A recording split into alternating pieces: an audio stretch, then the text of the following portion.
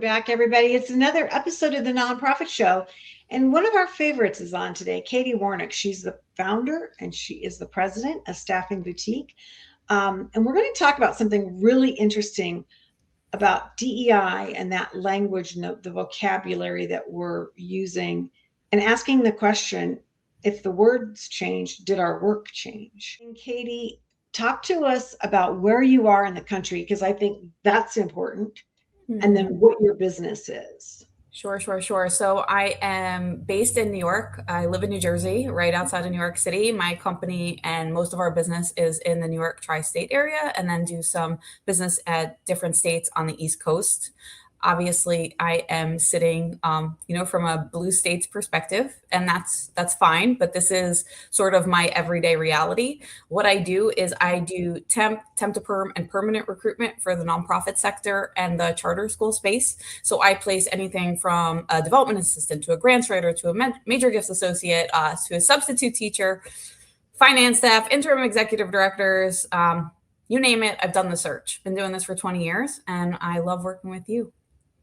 Well, thank you. I find that our relationship with you is fascinating because I feel like, one, you're in the East, but you're on like the front edge of whatever's going to happen next, right? I feel like things come to you first and then they kind of migrate across the country. And so it's been fascinating to be able to chat with you, to get a feel for where our sector's going. And I don't know if that's just me because I'm in the West, or do you feel like that you guys are kind of in the hotbed of things? Is it's starting to bubble up? And I do feel like that. And I also feel like that it's because of the heavy financial services market and then just the philanthropy that goes along with that sector. So a lot of times we see shifts based on how Wall Street is doing first, and then it sort of trickles west. Yeah, interesting. Okay, well, let's talk about this. I mean, you and I have talked about this in the green room. We've obviously talked about this privately as well. And that is that with this issue of DEI, some of us feel like we're living a double life, that we are expressing our viewpoints privately, and then we have something in public where we say, sanitize, editorialize, whatever words you want, but the issue is they're two different directions. Are you seeing that? Yeah, I find it interesting, and I also find it weird. And I will preface that by saying that a lot of what I'm going to say I find weird, and I think it's okay to talk about and just call attention to it. Obviously I am a member of so many associations and groups that have to do with philanthropy and nonprofits, and I love it, and I've learned so much and met so many cool colleagues. But you go to these events and, to be honest with you, the talking points here in New York are basically bashing the current administration, which is fine. I don't mind that. I'm very used to it. But it's one thing to say these things, but then, have sort of a cleaned up or different version on your socials, on your mission statements, what you can support and like. When other people are posting. I often tell the story of just, I naively didn't realize that the MWBE program in New York City and New York State was considered a DEI initiative. I never thought that. No one told me that. And then when I realized that a couple of months ago, I started to post a little bit more about it on my LinkedIn. I am someone who has benefited from being a woman-owned business in the city and the state of New York. And I love it. I've met really cool women-owned businesses, minority-owned businesses. I've gotten some cool contracts, great opportunities because of that program that was put into place. And when you post about it on LinkedIn, no one likes my posts. And then I started to think, like, am I getting shadow banned for posting about MWBE programs? And I have to be honest with you, I think that I am. And so I find that interesting that possibly like LinkedIn is suppressing posts that could be political in a sense, but I don't think that it is. I'm just promoting MWBEs in a state that kept their MWBE program. So I think that that's kind of my take of this is weird, right? Right. So when you post about being a woman-owned business, and that used to be a minority situation, even though you're a white woman, as I am, that just that being a female business owner entitled you to, if you were bidding, different scoring. It gave you a leg up on some types of contracting. That you're finding is part of this DEI conversation. Correct. Yes. Okay. Yeah. So it's interesting to me because I would say, in my lifetime, and again, we were talking about this in the green room. I'm a good 30 to 40 years older than you are. This was a reality for me coming up. I didn't have opportunities, even as privileged as I was and as I am. The female to male issue was really a ground zero piece, right? Mm-hmm. So those opportunities, everything from Title IX, which came after I was out of school, to uh, equal pay, posting things for jobs that you couldn't just say white male. Yeah. That helped me get into the marketplace and certainly into business. And Mm-hmm. I'm wondering, is that even part of the equation anymore, or have we moved to different levels of what DEI means? I have no idea. And I think it also depends on what state you're in. I am a member Okay. of Women in Development here in New York, and lovely group of women. But they were talking about, or one of I think the president was speaking about when she first joined Women in Development, the reason that even became a group was because a fundraisers was, a predominantly male field, 30 years ago, which that blew my mind because, I, sit at a place where most of my clients are female, right? Like I see it as a female dominated field. Yeah. So I couldn't even believe that statistic. So I think that, the point is that there's always some sort of place in the cycle. And maybe we're just at the bottom of the cycle, or the pendulum's swinging one way and, it swings back. I always say that. So yeah, it's a weird time that we're living in. It is. Let's talk about what you're seeing, especially when we're talking about labor and we're talking about, communicating with other professionals about this issue of language.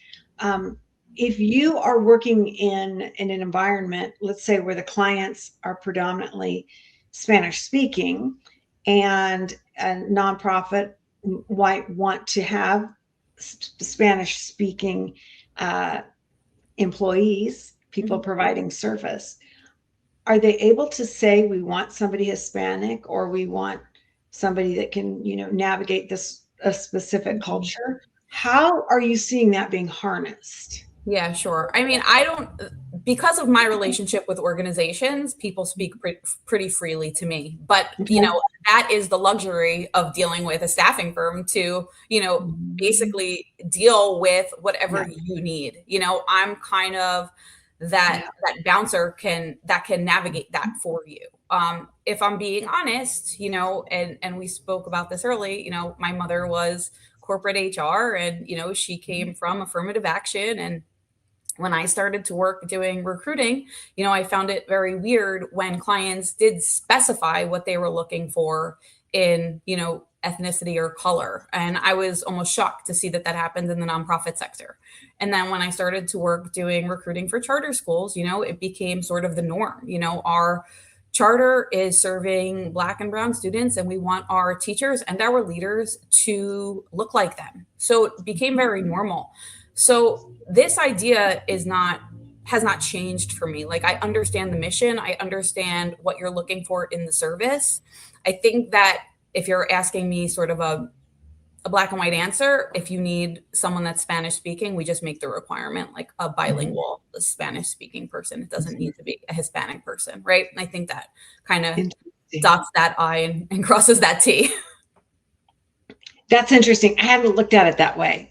I Mhm. was thinking that, yeah, I hadn't even thought of that. I was thinking that you would be more specific about their culture. And to your point, organizations wanting people in their organization that look like their clients. It's Makes a, it's a, sense. it makes sense, but I'll tell you, I think it's something that doesn't occur outside of DEI and that issue.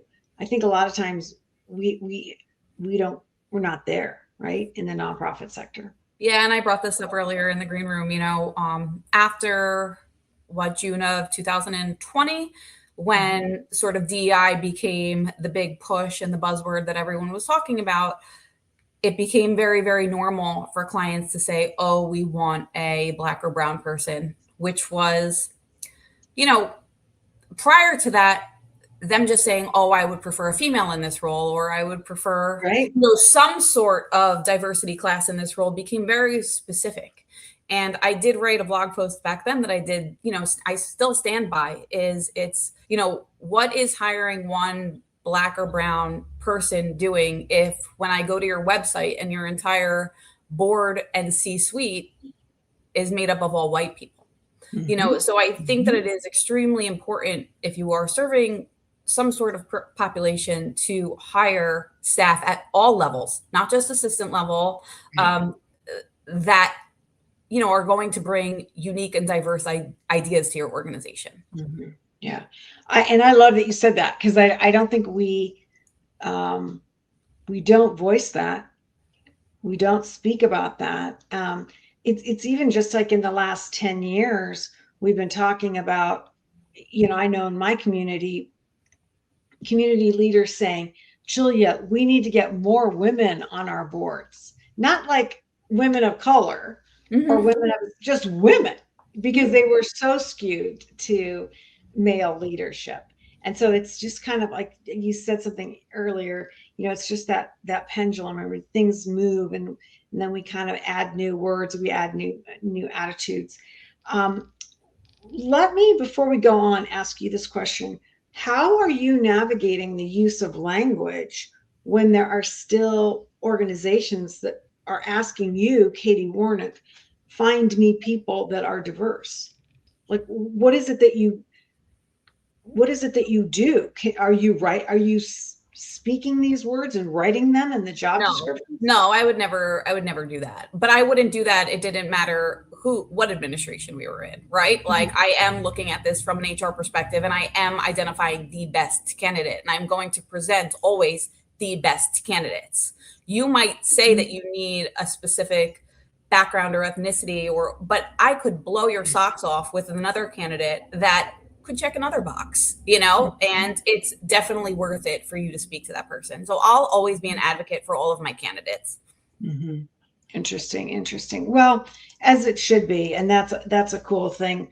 I want to then kind of move into this idea that if we've changed our language and we're not using DEI, even language associating to that, does that mean that we're also not serving that? I mean, if we're not saying it, are we not doing it when we change our language? What are you seeing? So for me, who's based in New York, I think that everyone is still serving their population and their missions as best as they can. And they've become very smart about avoiding keywords that could be combed and put into a certain category. I think we are all pretty attuned to that's what's going on, and we've shifted. I think that in 2025 in January, we were all kind of frantic about this, but we've seen it, we've adapted, and we've changed course in terms of our words and kept on with our mission. I'd be interested to know your answer. Ever since I put this slide together, I've been thinking, sadly, that I think maybe we have slid, because when you can't say the words that you used to say, then are you really serving your people? And you and I think we're both outspoken women in many, many ways. We don't probably always agree on the same thing, but we probably always deliver our messages with strength and confidence. I feel like maybe this is an area where I personally have lacked confidence to say maybe what I really think, that I try and temper some of my language. I would argue we're probably doing that. I'm probably doing that with our conversation today, right? trying to not inflame anybody or keep it civil. Rattle feathers. Yeah. Yeah. I Yeah, mean, we I have to don't know. tiptoe it. What do you think? I mean, yeah, I mean, we have to tiptoe on this. Obviously, you are in, Arizona, so maybe you're seeing things a little bit differently than I am seeing in New York. And I think that that's a huge thing to point out. I was just at the National Charter School Conference in New Orleans, which was amazing. I highly recommend to anyone that works in the charter school space.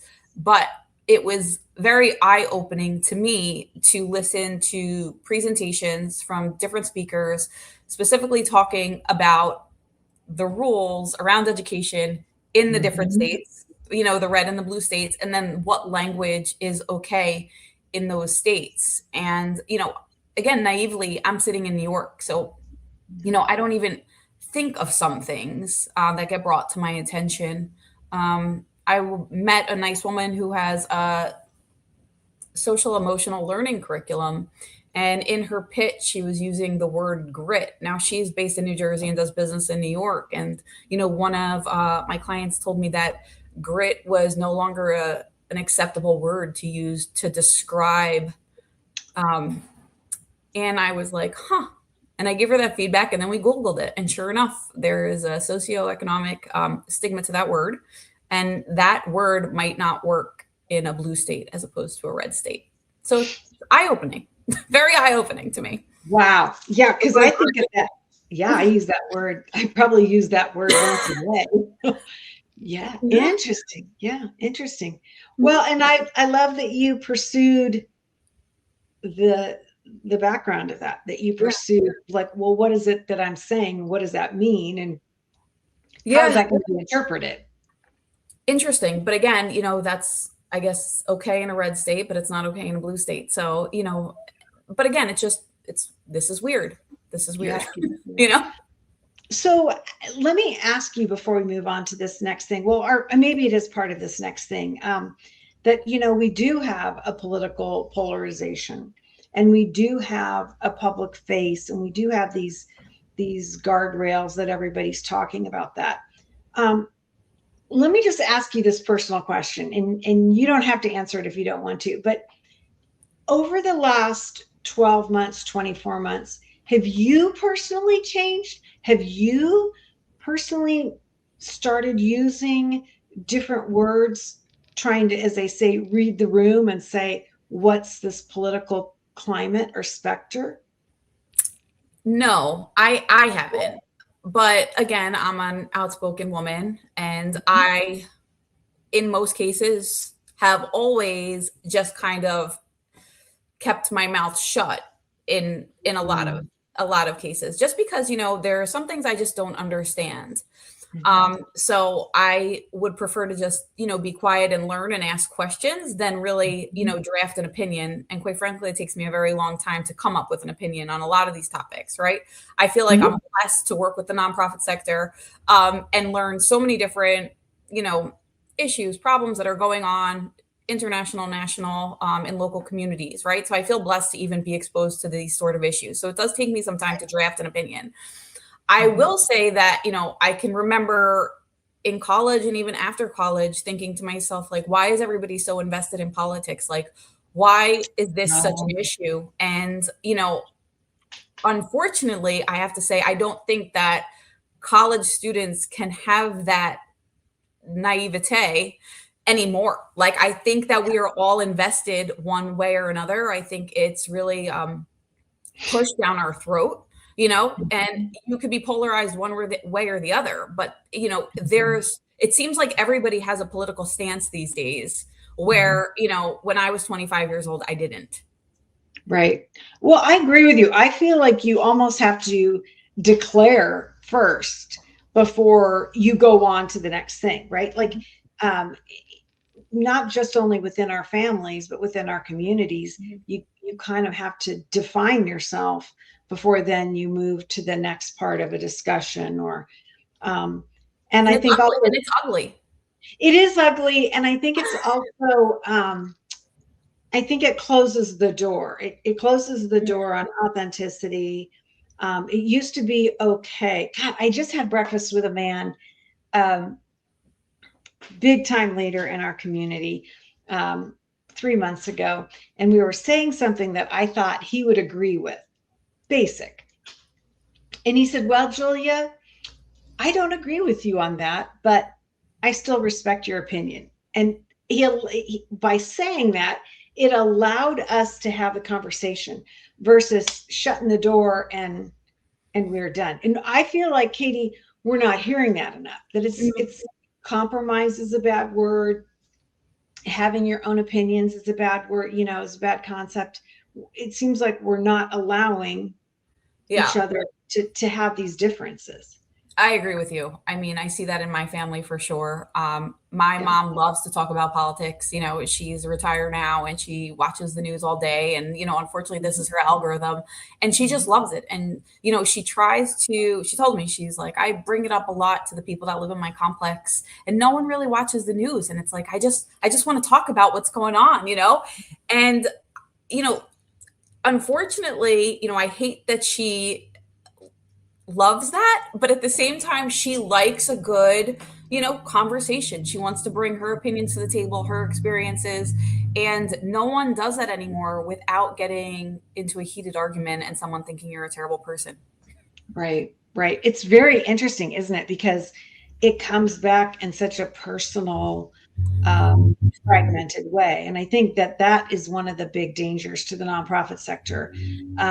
I've said this publicly, and I would love to get your feedback on this. I feel like the nonprofit sector used to be really a righteous path for someone to take, whether it be a career, a volunteership, whatever. And now we're kind of being demonized, and people are asking almost like, before we say what our food bank does, they're asking what our political stance is. It's like, we don't have a political stance. We're trying to feed people. Or do you know what I mean? I mean, Yeah. have you seen that? Yeah, I appreciate what you're saying. I agree with you. I think that the news lately has not been great to the sector. And, that's unfortunate. And, I think that, again, the pendulum is just swinging. I think you have to keep doing the work, involving yourself in boards, volunteering, keep donating, and then just recognize why you got into the industry to begin with. Yeah, I think that's an amazing way to go. I also think that's hard advice to follow. I think you've got to find people that will support that idea, Sure. Agreed. because it's lonely, right? If you're just like, am I doing the right thing? Mm, Am I being attacked? yeah. Yeah, it's I very, also very. I also think, you have to have a good board. Unfortunately, I do think that a lot of the trickle down effect of how an organization sort of adjusts to what's going on right now is a directive from the Mhm. board. Yeah. If you're so lucky to have an active board that is, weighing in the way that it should be right now. Mhm. So I think that, your board leadership is really important during these times. Mhm. Let me ask you along those same lines. Do you think that a board member coming in or a board being formed should disclose what their political or religious affiliations are? I mean, No, back in the day, that was like, no, that was, you never asked. What do no. you think? I still don't think anyone should. Okay. Yeah. I think that it goes with what you were chatting about with me before, just that sort of tribal Yeah. effect of things. Why do we need to declare exactly what we are? It's like there are some things that we don't always need to discuss in the workplace. Right. Right. That's a tough thing, Mm-hmm. because Now, not everybody thinks now. Not everybody now, now. I mean, okay, so now I want to, as we finish up, we don't have a lot of time left. I love, these are your words, green shoots. And what are you seeing about, like, in the future? And again, we started off by saying, I feel like what you see in New York comes west.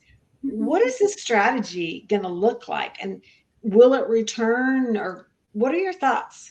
yeah, that's interesting. I think that what was it in January when we were talking about having a plan based on who administration is, like who comes into Yeah. office, right?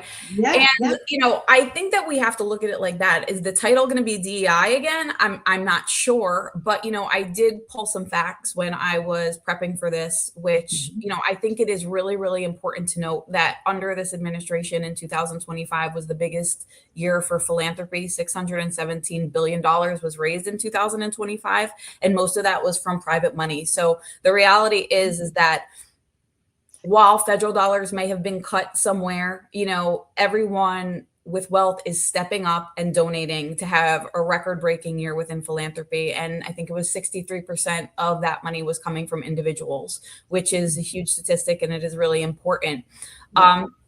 To go into the the green shoots, the other point is 4 years ago, a lot of companies, right, both private and public companies, cut funding for CSR departments, right? Mhm. Corporate social enterprise. Mhm. And I am seeing an uptick in hiring and bringing those departments back, right? And I think that maybe part of that is because of the big, beautiful bill and the 1% of earnings getting donated and the tax savings on that. So that could be a portion of it. But I think that, I just want to say, no matter what the political cycle is, there's always going to be sort of that pendulum swinging, right? And this is corporate's responses. You can pull all the CSR jobs in New York City, and those jobs weren't there 6 months ago. Mhm. So, I think that we are stepping up and being able to still raise a crazy amount of money and keep these programs running. Yeah, I think there's been a lot of wealth built in our country. And then the great wealth transfer, of course, which we've been talking about, Mhm. for years with on the nonprofit show, is in place. So it's maybe coming from a different place, right? And as fundraisers, we got to figure out where it's coming from. It's not necessarily the same old. But yeah, I think that for me, that does give me hope, Katie. I'm seeing those numbers, realizing that Americans are maybe disengaging on the political side, but they're engaging on the philanthropic side. Exactly. Which we Yeah. love. Yeah. Which is what and we need that, right? Yeah. We need that. Well, always cool to be able to talk to you. Katie Warnock, she's the founder and president of Staffing Boutique. I always feel like you're going to get the honest perspective, well articulated, and really founded in what's going on, what's the reality. And labor is the first place things happen in the marketplace, right? I mean, and so it's really cool to be able to get your perspective, Katie. And I always appreciate that you're transparent with us. We'll come back and revisit this maybe after the midterm elections, as we're finishing up Q4, and maybe revisit this conversation again, right? I To would love kind that. of, Yeah. yeah, take a look at what's happened. Things are changing quickly. And Yeah. so what happens, through the summer and into fall might give us pause or have us think about things. So thank you. Yeah, you're welcome. I'm glad that we had this conversation. Me too. Well, we'll continue it. This won't be the only time. Katie Warnock, she's the founder and president of Staffing Boutique. You can learn more about Katie's work and her team at staffingboutique.org. She has a great team that she's assembled, and you can learn about all of them and the work that they do in our sector. Again, I want to make sure that I truly, from the bottom of my heart, thank our presenting sponsors who, again, allow us to have these conversations. And they include Bloomerang, American Nonprofit Academy, Staffing Boutique, Your Part-Time Controller, Third Sector Company, JMT Consulting, and Intuit QuickBooks. Katie, as we end each and every episode, we always say this mantra, and I think it's even now more important because we are going through change, and it's not all has been revealed. And the message is this: to stay well so you can do well. We'll see you again.